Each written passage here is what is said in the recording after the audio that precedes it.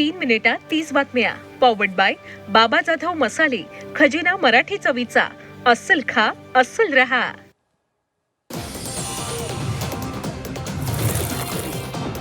पुणे जमीन गैरव्यवहार प्रकरणामध्ये पार्थ पवारांना क्लीन चिट नाही. महसूल मंत्री चंद्रशेखर बावनकुळेंची माहिती. खारगे समितीचा अहवाल अद्याप आला नसल्याचं स्पष्टीकरण.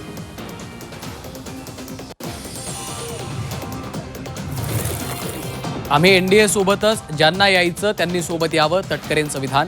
तर पवारांनी ज्यांना मोठं केलं तेच आता त्यांना सल्ले देतात. राऊतांचा तटकरेंना खोचक टोला.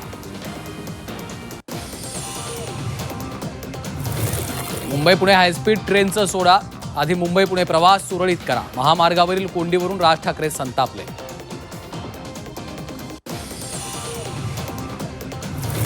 राज्यातील 1164 शाळांमध्ये मुलींसाठी स्वतंत्र स्वच्छतागृह नाही. 3328 शाळांमध्ये वीज नाही. शिक्षण विभागाच्या अहवालातून भयाण वास्तव समोर. विद्या प्रतिष्ठानच्या बैठकीतली इनसाइड स्टोरी झी 24 तासच्या हाती.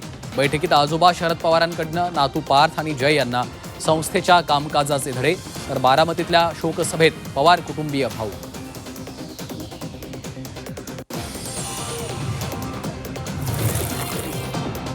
महापौर पदानंतर आता भाजपचा उपमहापौर पदावर दावा. भाजपला हवं उपमहापौर पद, स्थायी समिती अध्यक्षपद.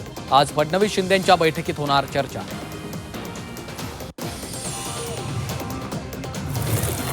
शिवसेना युबीटी महापौर उपमहापौर निवडणूक लढण्याची शक्यता. उद्धव ठाकरेंनी आज मातोश्रीवर बोलावली बैठक. नगरसेवकांना मुंबई बाहेर न जाण्याचे आदेश.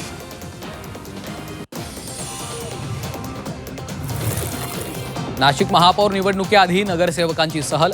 महापौर निवडीआधी भाजप नगरसेवक अज्ञात स्थळी. सहली दरम्यान नगरसेवकांना आवश्यक सूचना देणार.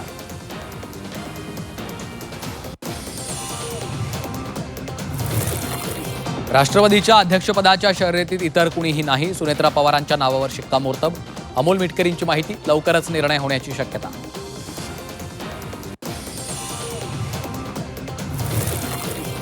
अपघातग्रस्त विमानात 6 नव्हे तर 5 व्यक्ती होत्या. सरपंच कल्याणराव आटोळींनी आमदार अमोल मिटकरींचा दावा फेटाळला. तर अपघातावर शिवसेनेचे मंत्री भरत गोगावलेंकडून शंका उपस्थित. मुंबई महापालिकेची नवनिर्वाचित महापौरांसाठी नवी वाहन खरेदी.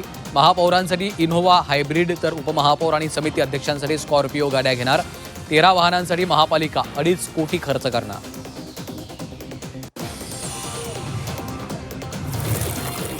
चंद्रपूरमध्ये काँग्रेसच्या वादावर नवा तोडगा. धानोरकर आणि वडेट्टीवार गटाला 2.5 वर्ष महापौर पद. तर शिवसेना युबीटीला स्थायी समितीचा प्रस्ताव.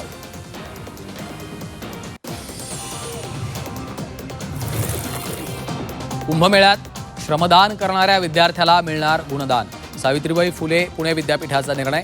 नाशिक जिल्ह्यात होणाऱ्या कुंभमेळ्यासाठी विद्यार्थी करणार श्रमदान.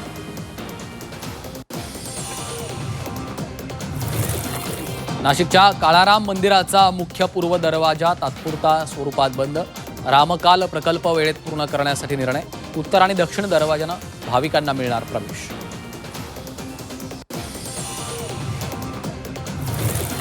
लघुउद्योग कर्जाच्या नावे 135 महिलांची फसवणूक.